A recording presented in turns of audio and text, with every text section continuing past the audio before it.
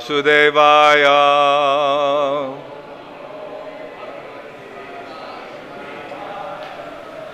Om Namo Bhagavate Vasudevaya.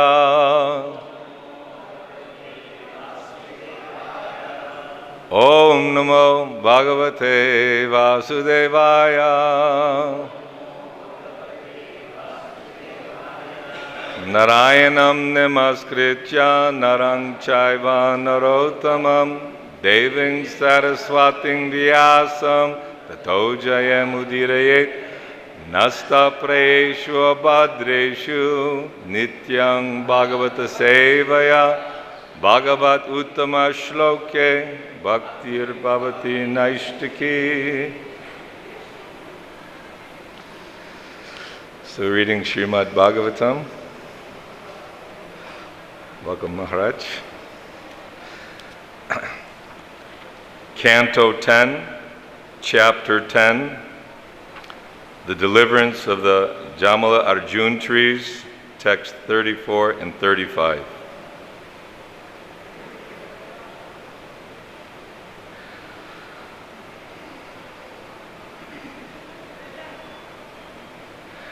Yasyāvatārā jñāyante śarīreṣv vasarīṣaṇaḥ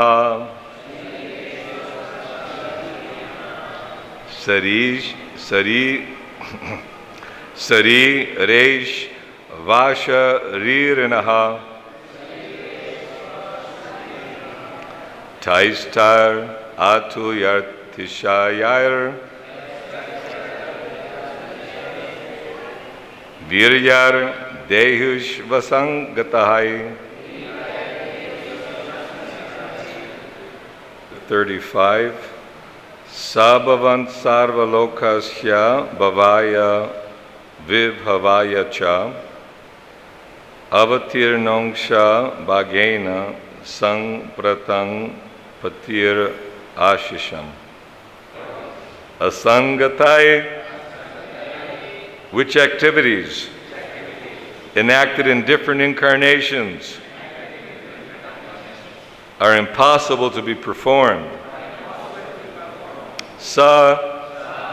The same Supreme, bhavān, your Lordship, sarva-lokasya, of everyone, bhavāya, for the elevation, vibhavāya, for the liberation, cha, and avatīrṇo, have now appeared, ṁśa-bhāgena, in full potency, with different parts and parcels,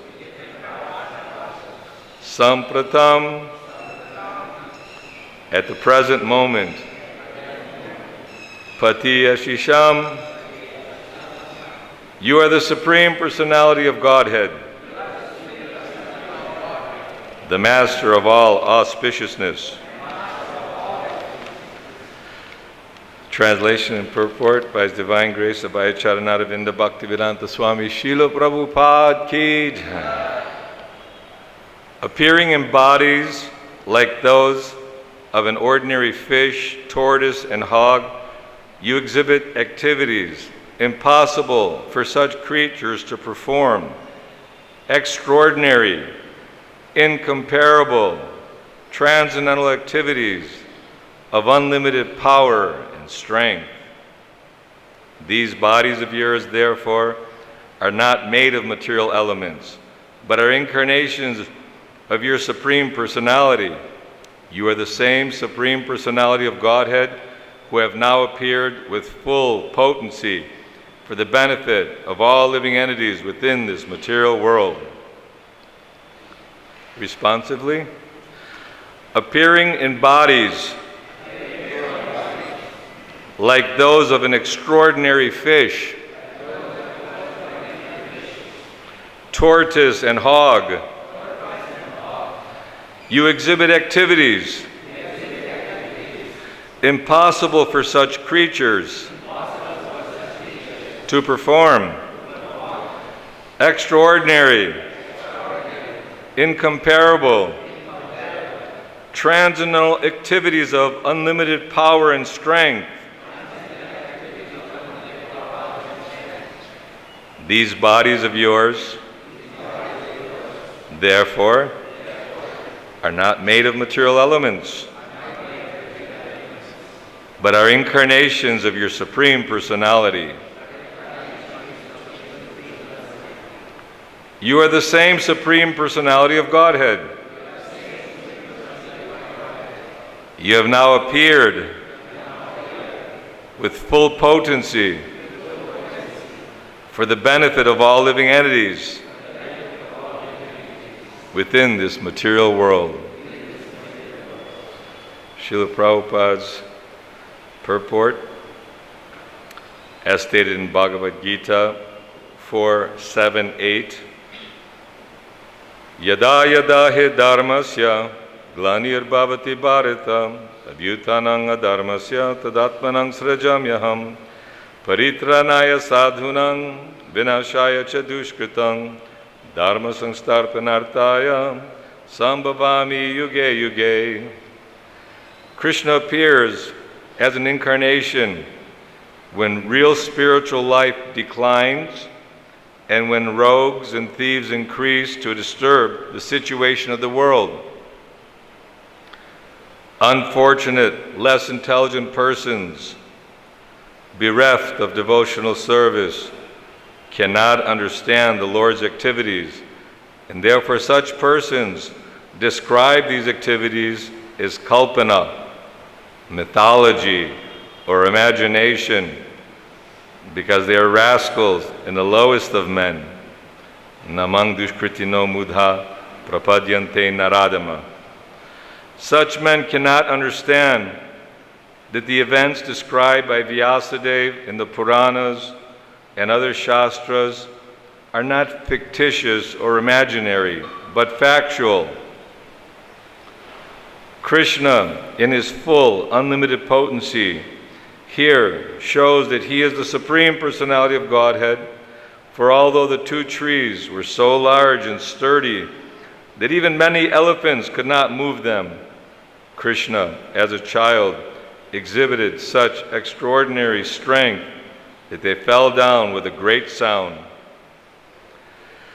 From the very beginning, by killing Putana, Shakatasura, Trinavartasura, by causing the trees to fall, by showing the entire universe within his mouth, Krishna proved that he is the Supreme Personality of Godhead. The lowest of men, mudhas, because of sinful activities, cannot understand this, but devotees can accept it without a doubt. Thus, the position of a devotee is different from that of a non-devotee. Om ajnana-timirandasya jnananjana shalakaya chakshurun militam jena tasmai Shri Guruve Namaha Shri Chaitanya Manobhistam Stapitam Jena Bhutale Swayam Rupakadamayam Dadati Swapadantikam Namam Vishnupadaya Krishna Pristaya Bhutale Srimate Bhakti Vedanta Swaminiti Namane Namaste Saraswati Deve Gauravani Pacharane Nirvishesha Shunyavadi Paschatcha Deshatarane. So we'll read the translation once again. Appearing the bodies like those of ordinary fish, tortoise, and hog, you exhibit activities impossible for such creatures to perform. Extraordinary, incomparable, transcendental activities of unlimited power and strength. These bodies of yours, therefore, are not made of material elements, but are incarnations of your Supreme Personality. You are the same Supreme Personality of Godhead, who have now appeared with full potency for the benefit of all living entities within this material world. So, difficult to glorify the Supreme Lord totally, because Krishna, He is the complete whole, and we're atomic little particles, just little atmas, jivatmas. And although we're protected by Krishna in his effulgence, in his rays, he's maintaining us, sometimes we fall away from the spiritual kingdom and end up in this material existence. So we're seeing how Nala, Kuvera, Manigriva are enlightened just by Krishna's presence.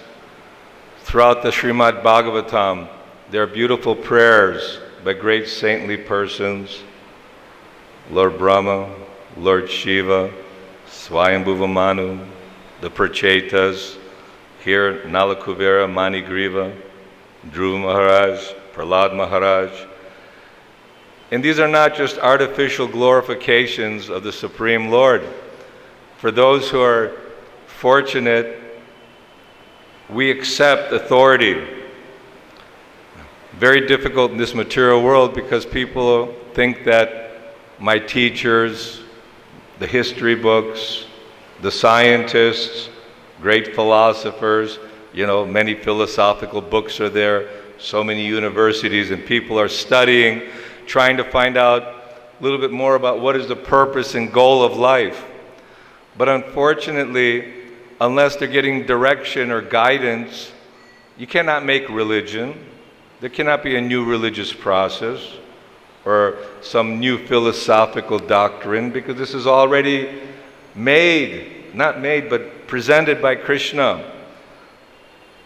He's very kind. Seeing Kali Yuga progressing, he gave us this Vedic literature for our enlightenment. Whereas previously, the great sages and saintly persons, they would give these classes or this understanding of God's supreme creative power to their disciples, and the disciples would understand it simply by memory, because they actually had this potency, the power of mind. Their spiritual understanding was much deeper, whereas in Kali Yuga, this age in particular, we're very, very fallen, and people are very much misguided, the blind leading the blind.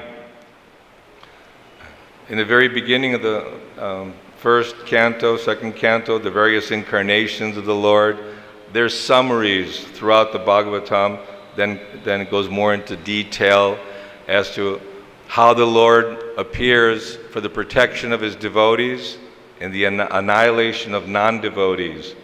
When real religious principles become minimized and the Rajarshis, the kings, those who are representing God, or the gurus, if they are not dedicated to serving God and presenting the philosophy of the absolute truth to their dependents, then Krishna has to reappear. Not that he has to, but out of love, he wants to come to save his devotees, to protect the devotees, to guide us. It's said that everything is produced by sound vibration in this world. The sound vibrations, they're traveling around the planet. We have so many broadcasts and so much music and sound and talk and gramya-katha. So the sound vibration, the transcendental holy name, Hare Krishna, Krishna Krishna, Hare Hare, Hare Rama, Rama Rama, Hare Hare. That vibration will cleanse the heart and will cleanse the mind to the point where we'll be able to actually perceive or understand what is Krishna to some extent. Because the Lord, he's providing everything for everyone. Nityo nityanam chaitanas chaitananam eko bahunam yo vidadati kaman. That he's supplying all the ingredients. We need water, so there's oceans of water. He makes it salty to preserve it. He evaporates that water high in the sky and then disperses this distilled pure water for humanity to survive. The sunlight is a reflection of Krishna's Brahma-jyoti. This is a reflection of Krishna. The moonlight is there. And the sun is source of power and energy throughout the whole universe. How are these huge luminaries and planets floating in outer space, spinning, all by the power of the sunshine? And just a spark of Krishna's glitter. So philosophers think that, well, all human beings we see are limited and temporary. Although we have some understandings and we exist in this world, God must be impersonal, or just the big energy in the sky. So this is a philosophical discussion going on throughout Srimad Bhagavatam, Bhagavad Gita, how those who are speculating, first of all, human beings have four frailties. We make mistakes. Anybody doesn't make any mistakes? We have imperfect senses, we are illusioned, and we have a cheating propensity. So when we become conditioned in this material modes of nature, we're driven by ignorance, and there are descriptions in Bhagavad Gita and Srimad Bhagavatam. What are the symptoms of ignorance? Sleep and laziness and foolish behavior. Passion, one wants to conquer a kingdom, make a great empire, big establishment, and create a dynasty. These things are, by the mode of passion, you're driven. You have great determination to achieve your goal. Even we saw Dhruva Maharaj was driven to have a kingdom better than his father's, better than his grandfather. But that drove him, by the direction of his mother, to worship the Lord very sincerely and perform bhakti yoga. And not only did he perform great austerity in bhakti yoga, but his love matured to the point where Krishna appeared before him. And touching the head of Dhruva Maharaj, he can give such beautiful prayers, glorifying the Lord. So when the Lord appears as the fish incarnation, transcendental fish, because it all begins with inundation. The worlds are flooded from the higher planets down to the lower planets. Everything is inundated in water. Then the aquatics, then the vegetative growth, the mammals, human beings, all the different planetary systems, the demigods. Just think of the Garbha incarnation of the Lord lying in the Garbha ocean, sprouting a lotus flower. And the first created being, Lord Brahma, is created by the Lord's power. I mean, who has this philosophy? Who has this knowledge? 5,000 years ago, who could possibly make up these kind of mythology or stories? And throughout that stem of the lotus flower, the whole 14 planetary systems are there. And how Lord Brahma created Lord Shiva, Narada Muni, Marichi, Vashishta, so many great sages, so many progenitors, even to populate the world, King Priyavrata, the Prachetas. They performed great austerity, meditating on the Supreme Lord. King Prachinabarhishat, I happen to be reading in that section. Great emperor. So this is on a very high level.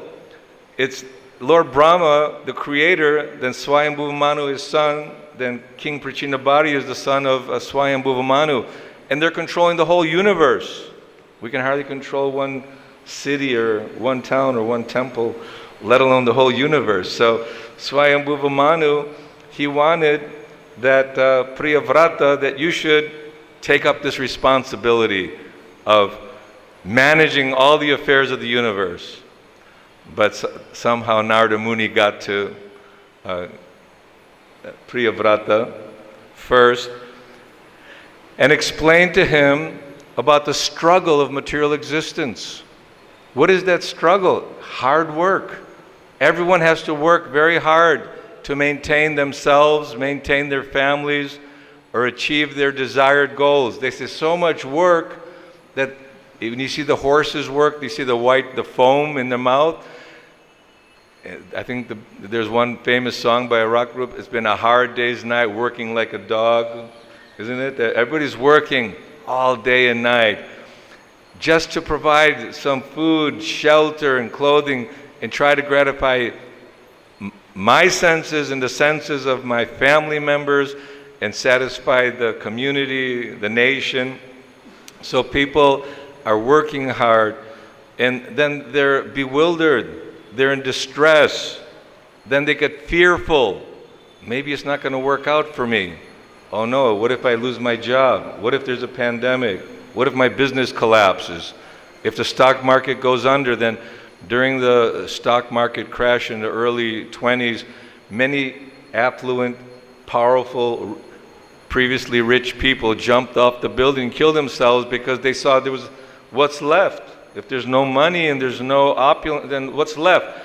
So struggle in this material world means hard work, bewilderment, fear, anxiety, and then what happens? Death. Everyone's forced to die.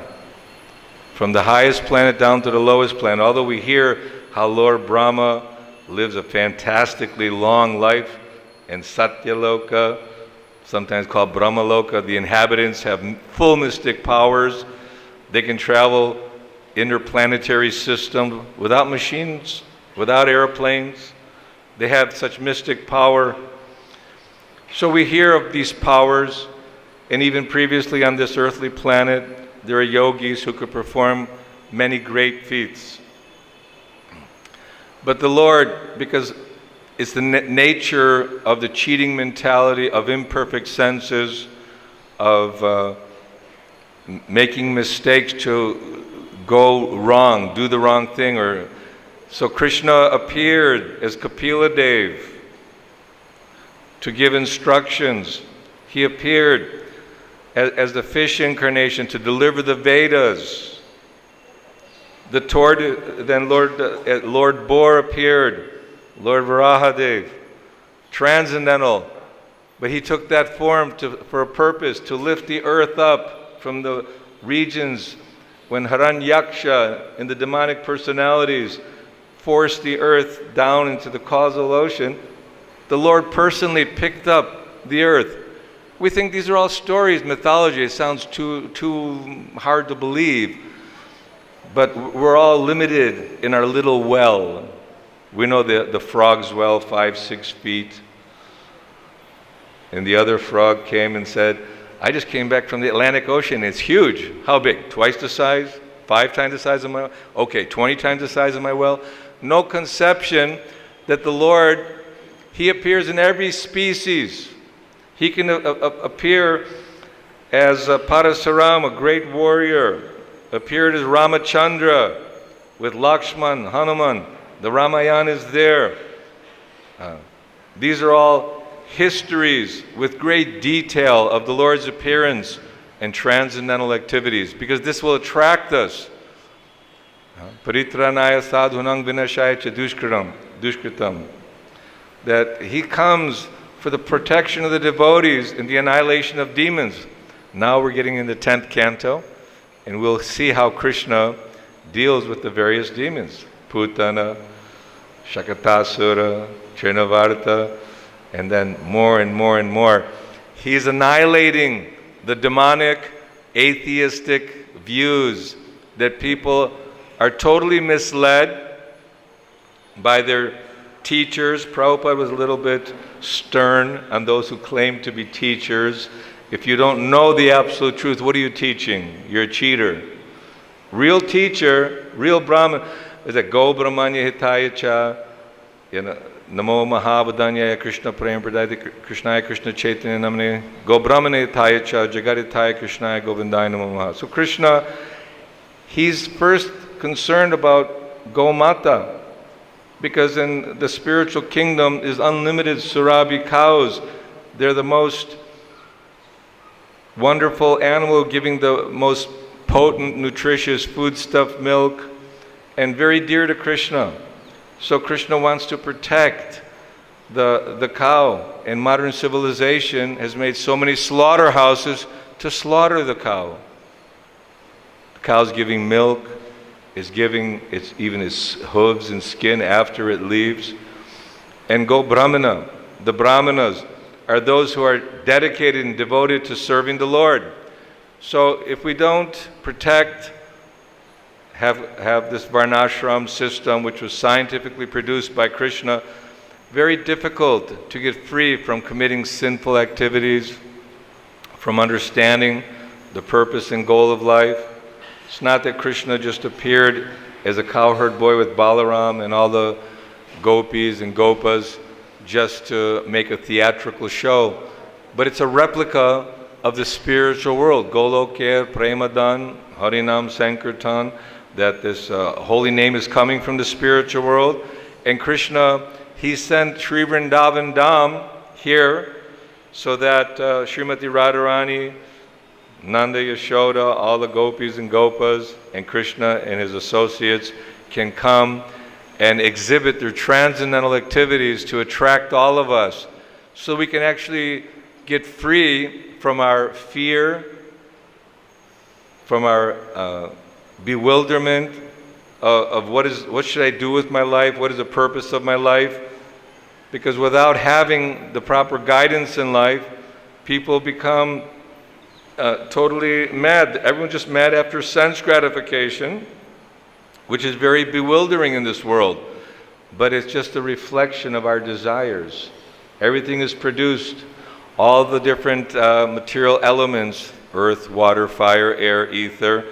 So from the earth we come out, you're put in the seed of the mother according to your desires, karma daiva nitrena, according to your activities. We're creating good karma, bad karma, but all karma keeps us bound in this world. So if we're acting without surrender to the spiritual master is a representative of God, representative of Krishna. So Krishna is the original spiritual master. Lord Nityananda is the original spiritual master. Lord Balaram. Now Balaram Jayanti is coming. So they are the original spiritual master. Spiritual master means one who has realized Krishna. Premanjana churita bhakti velochanena. Santak sadaiva hridayeshu velokayanti.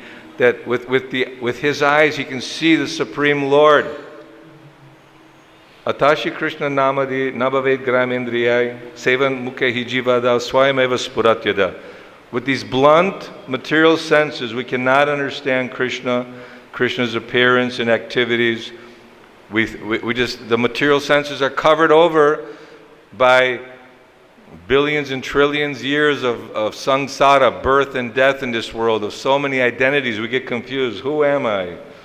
Am I a man, a beast, male, female, demigod, insect, worm?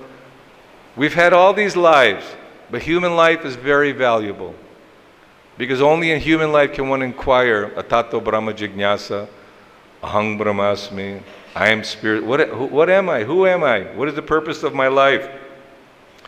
Sanatana Goswami, although considered a great, learned, and very highly elevated personality, he was expressing his sentiment to Chaitanya Mahaprabhu that I don't even know who I am. Who am I? So, who are we? Jivera Swarup Hoy Krishnera Nityadas. We're ahang brahmasmi. We're eternal. We're that eternal light, that spark. Because of Krishna's presence and light, the worlds are existing. Everything is systematically moving about, vegetative growth, all the details of humanity and life in general is because Krishna is present. When that Atma, when that spirit soul, which is maintaining this body, and what is the proof of the presence of the soul? Consciousness. This consciousness is pervading throughout the body at your little toe. Pinch the end of your toe. You will feel that consciousness is there. And that's because the spirit soul is maintaining the body. But when the spirit soul is missing, the body comes out, oh, I'm sorry, it's dead. What is dead? What is death? The spirit soul leaves the material body. So this is the philosophy. It's not that foolish people, even a scientist in Moscow, Professor Kotovsky, when speaking to Srila Prabhupada, when Prabhupada, he said, Swamiji, after the person dies, everything's finished. It's all finished. So for the mundaners, those who are conducted by their speculation, their mental gymnastics, and taking the philosophy of imperfect, blind philosophers and so-called leaders, then they have no clear understanding that na jñāyante, na mridate, na kadachin, nayang bhutva bhavata bhuya ajonit shashvato yang purano na hanyate hanyamani śarīreṣv. So there's no birth and death for the soul. It's eternal, ever existing, undying, primeval, can't be cut, can't be weathered, you cannot change the spirit soul. It's part of Krishna. Krishna's Satchidananda Vigraha, eternal, full of bliss, full of knowledge. So we're covered over. We're also Satchidananda. We're also eternal, full of bliss and full of knowledge. But sometimes those who have understood that just being karmis, working hard for fruitive gain, there's no happiness, there's no pleasure. Ultimately, it's all, at the time when this body is finished, it's all finished. They become jñānis. Jñāni is one who is contemplating, who is the creator, what is purpose of life, how to achieve a spiritual lifestyle. But without bhakti, without devotional service, one only is being misled, because real bhakti means taking shelter of Krishna. Sarva dharman parityaja mamekang sharanang vraja ahang tvang sarvapapebhyo mokshayashyami ma suchaha. Give up all varieties of religion. Not that Krishna is saying give up religion, because man-made ideas of what is the purpose and goal of life or what is religious principles is just that, man-made. But Bhagavad Gita has been around for 5,000 years at least. And in the Bhagavad Gita, Krishna is explaining to Arjuna that millions of years ago, I explained the same philosophy to the sun god, Vivasvan. So within our time, this Bhagavad Gita has been glorified by scholars throughout the world. Who can speak like the text of Bhagavad Gita? Who can speak the Srimad Bhagavatam? The other day, we were reading, and I was telling Shruta Kirti Prabhu that these purports of Prabhupada are just so deep, so clear, crystal clear. Like you go to a lake and it's crystal clear, you can see to the end practically. That it's amazing how is it that Prabhupada could put together all this philosophical, very clear explanation of the purpose and goal of life, the entrapments of the mind, of lust, anger, greed, envy, jealousy, all the things which keep us bound to this world, the false ego, how to awaken the real ego. False ego is thinking, I am this body. Real ego is, I am servant of Krishna, spirit soul. So the real ego, I was asking, how is it? And Shruta Kirti Prabhu mentioned that when Prabhupada was translating, he's just meditating on the Supreme Lord and speaking, not that he has some computers and referencing this and that and correcting this, going back and forth. These were transcendental emotions of the pure devotee. So unless one gets the mercy of a pure devotee, he cannot make spiritual advancement.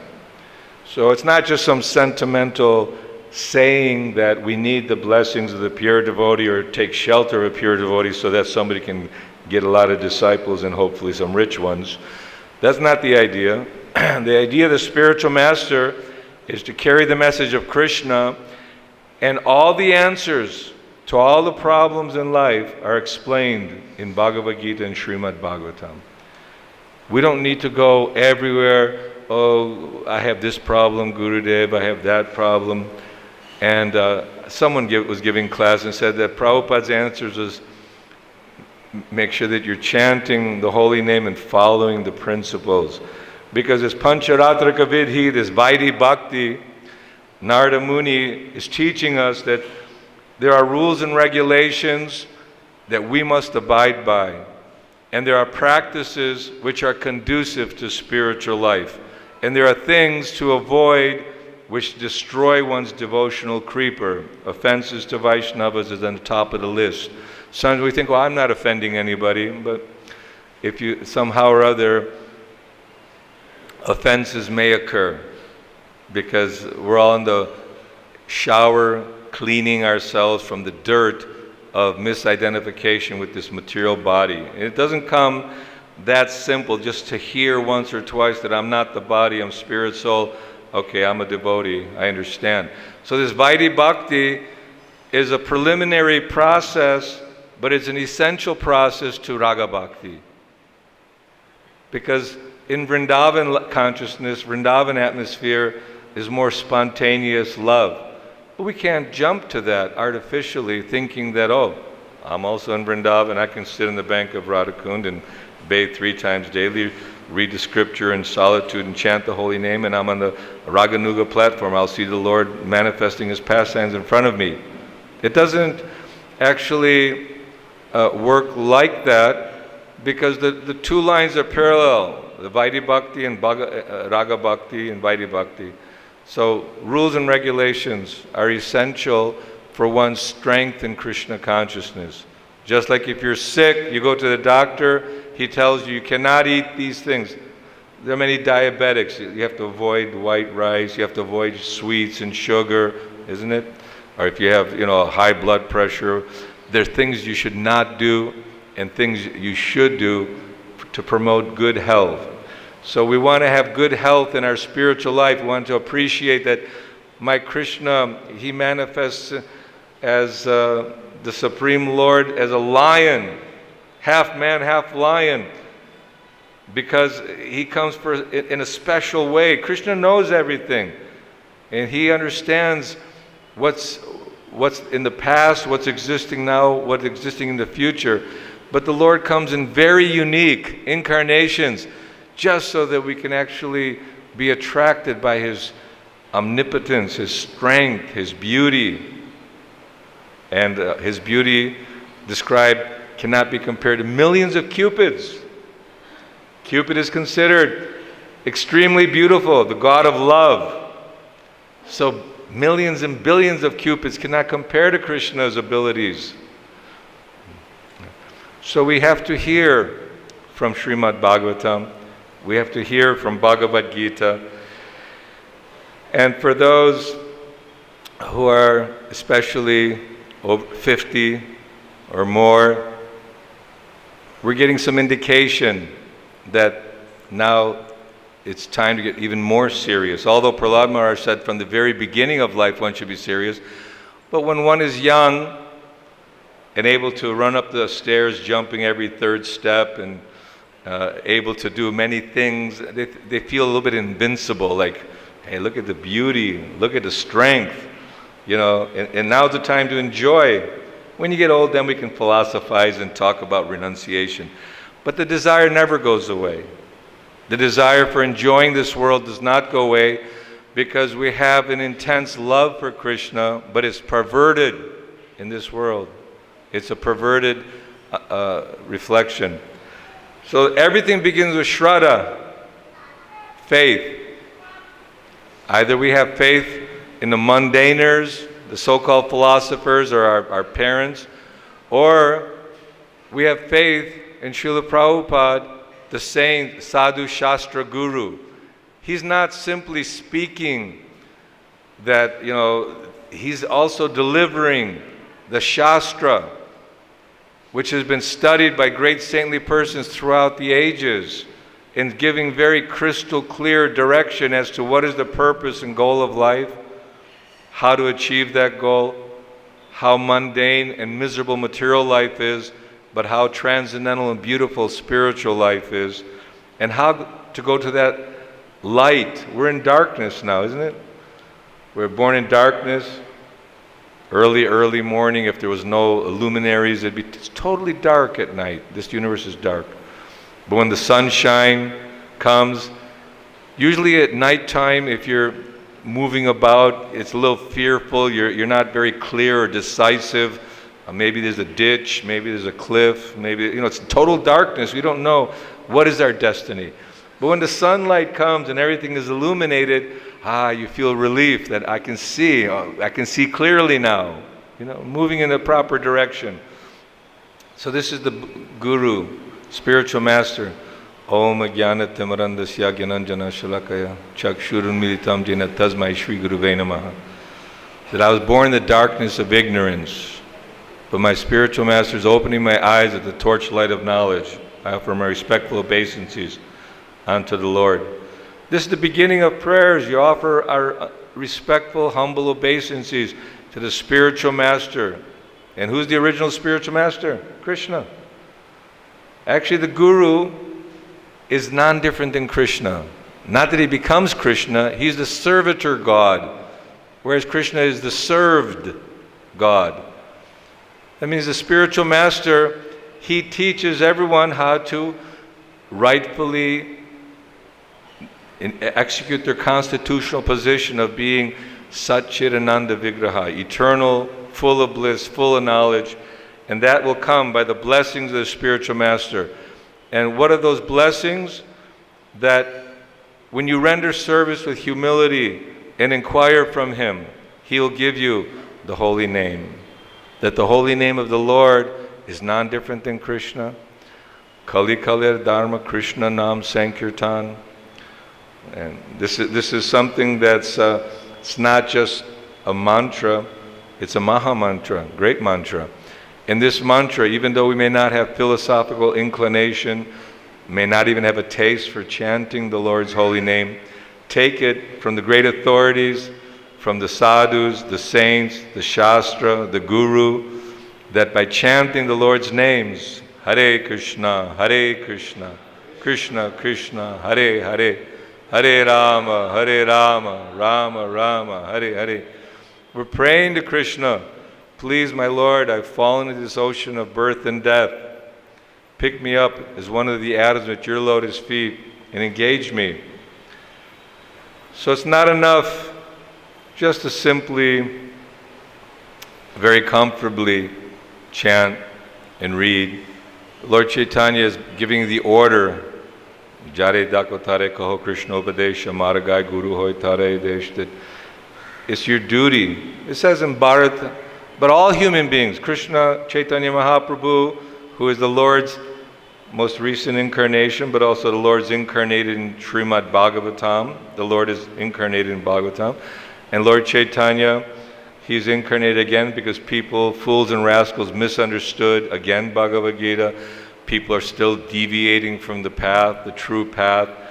But he's given the order to all of us that you understand Bhagavad Gita, you hear the Bhagavad Gita, and you distribute this knowledge of Bhagavad Gita for all others.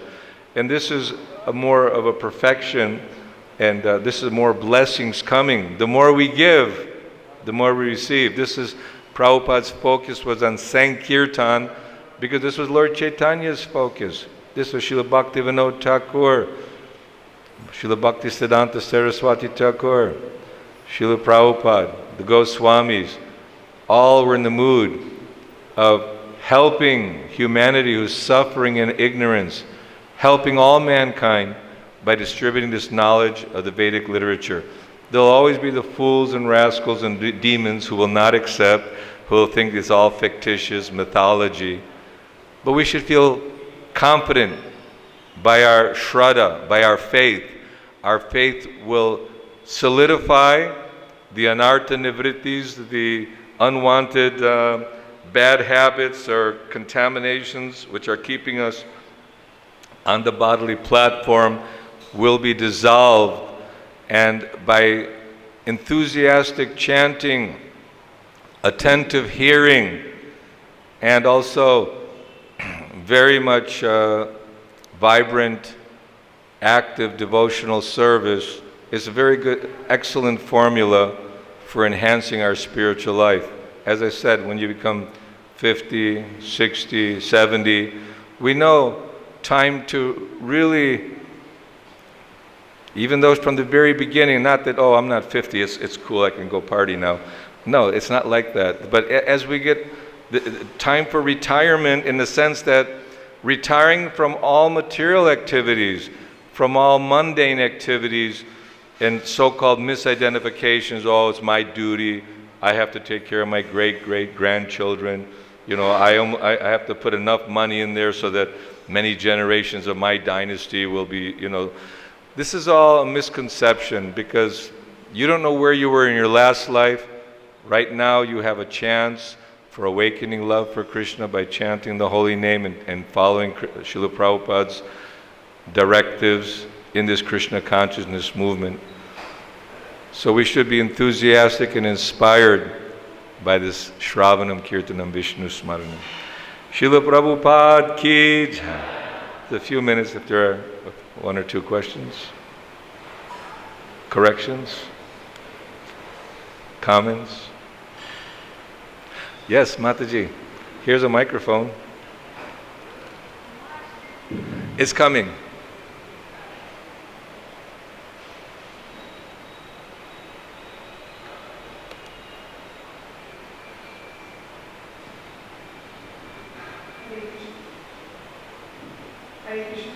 Thank you, Prabhu. My question is, you mentioned about spirit, soul, and the material body, and then we have these activities and karmic reactions. So who is actually performing the activities, spirit, soul, and the karmic reaction? How does it fit together? Okay. I'm not sure if I understood the question. Did you catch it? You said in the material world we're performing activities and there's reactions and this. How is the spirit, soul, and the material body? So who is actually performing the activities?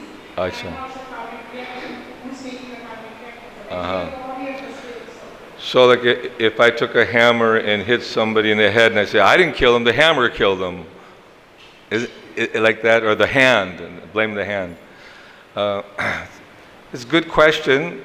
The karma, it's like we have desires. We all come in this world with desires.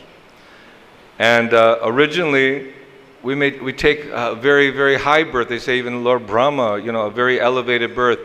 But due to the complications of this material existence, we find ourselves in varieties of, we want to try everything, you know, the different flavors, different experiences. Since we're in the material world, we might as well go for the whole amusement park or whatever it might be in a fair. So is Krishna, because Krishna's in charge of everything, is he doing? We have this minute independence that's never taken away of the living entity, the minute independence. Krishna's supremely independent, we're minutely independent.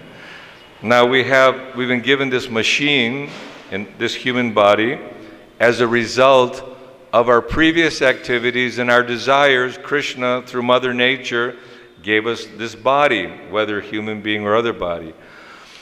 So although an animal may step on an ant and kill it and maybe do something unknowingly, the others are simply going through the evolutionary process, whereas human life is a junction, meaning that you're given a choice. You can either do good or do bad. And unfortunately, if we have bad association or not proper guidance, our tendency is to do bad. And so we're further implicating ourselves. We can't, so our minute independence misused will continue creating this karma. But by this process of surrender to Krishna, Krishna will free you. It's like you go to the judge and you explain, Judge, I didn't mean to do this, that, these are the circumstances. And the judge may understand and say, okay, this time I forgive you and carry on. So Krishna, he's a supreme judge, but he's not partial, but he's also very personal. When he sees When a child actually surrenders to the parent will take good care. So Krishna is saying, you surrender to me, give up all your nonsense, and I will protect you. So although we're performing activities in this body, they may appear to be identical to the activities that the ordinary persons are performing. They're no longer, as long as we're actually surrendered and under the shelter of Krishna consciousness, there's a certain umbrella of protection. So we ourselves commit our own karmas and our embodiments, but by surrender to Krishna and obedience to the process of bhakti, one can get free of the reactions. I'm not sure if I answered the gist of your... Of course, Marge wants to add something. It'll probably be more enlightening. Here, run up front here. Let's say Sadhu, Shastra, and Guru. So Sadhu will speak now. Let us see. Sadhu, Sadhu. According to the Bhagavad Gita, what you said is correct. I just want to say something about the Bhagavad Gita. That the actual doer is the material energy. Because the soul is like a passenger. Being under the modes of material nature, he is helpless.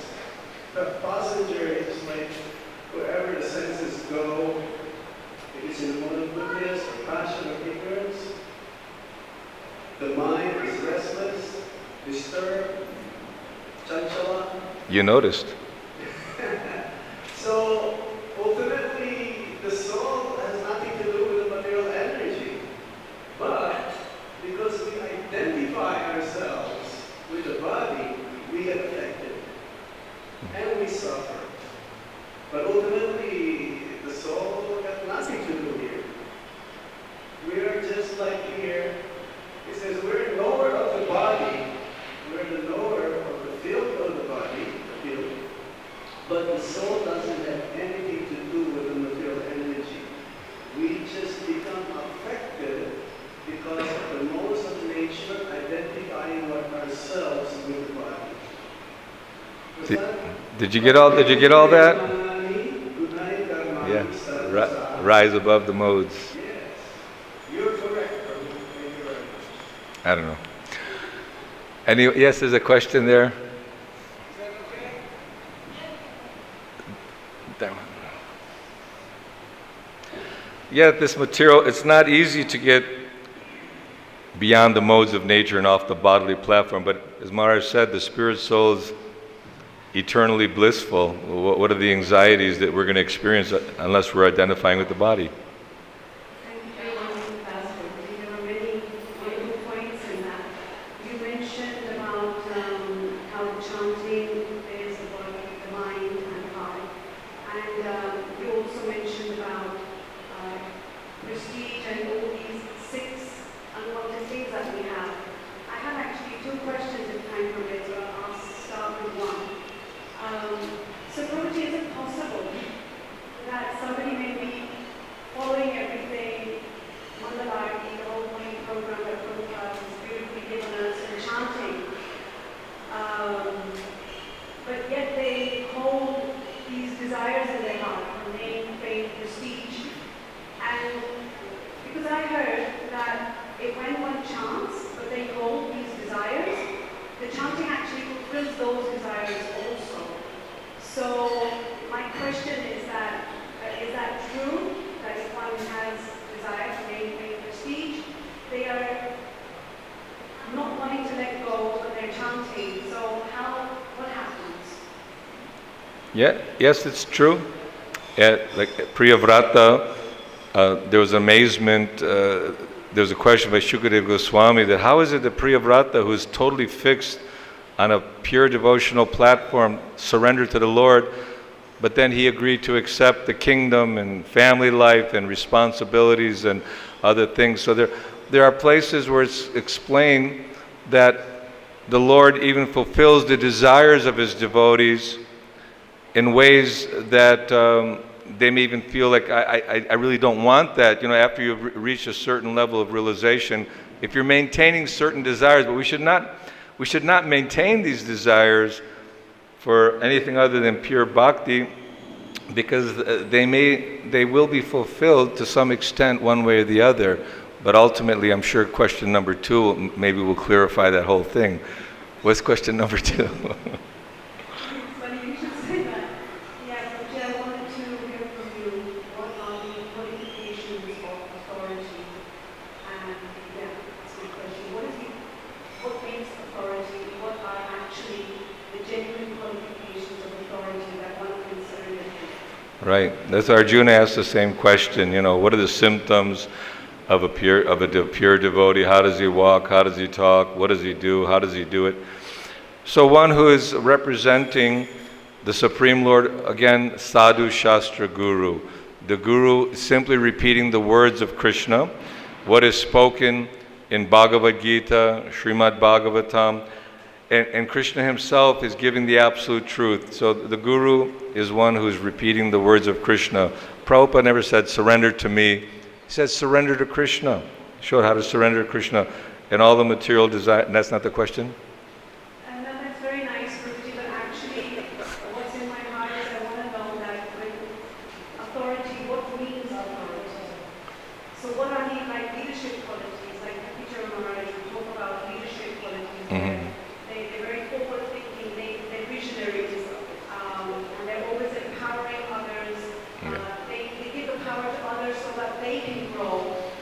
So along those lines, I'll give you a homework assignment Prithu Maharaj, when they were glorifying him, all the great, all the great seers and all the demigods were glorifying Prithu Maharaj. You're going to do this, you're that, you're the real authority. And he said, hold that. Don't call me an authority unless I've actually done something or, exhibited the symptoms. And Prithu Maharaj rejected the false praise just to show that people should not just on sentiment or emotional, Gurudev, you're everything. But Gurudev has to genuinely represent Krishna. He has to show by his example. What was Prabhupada doing? Preaching Krishna, chanting Krishna, engaging others, and giving us a system by which we can awaken our love for God. So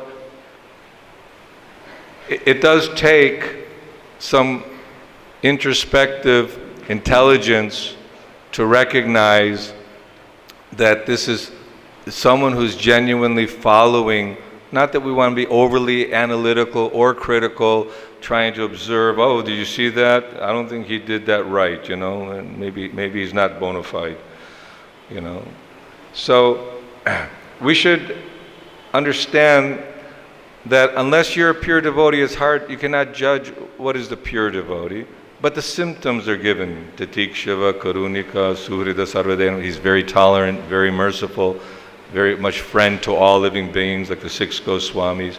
So these are the symptoms of devotees, and based upon their symptoms and their behavior and their activities, we can judge. Not critically, we should examine spiritual master before taking initiation. A spiritual master should examine the prospective disciple before blindly accepting someone who's simply wants to, have involve himself in something for ulterior purposes. So read about Prithu Maharaj. He will explain to you what are the symptoms of leadership. 4th canto, chapter 15. There we go, from Panditji Swami Maharaj. So thank you all very much. Srila Prabhupada ki jai.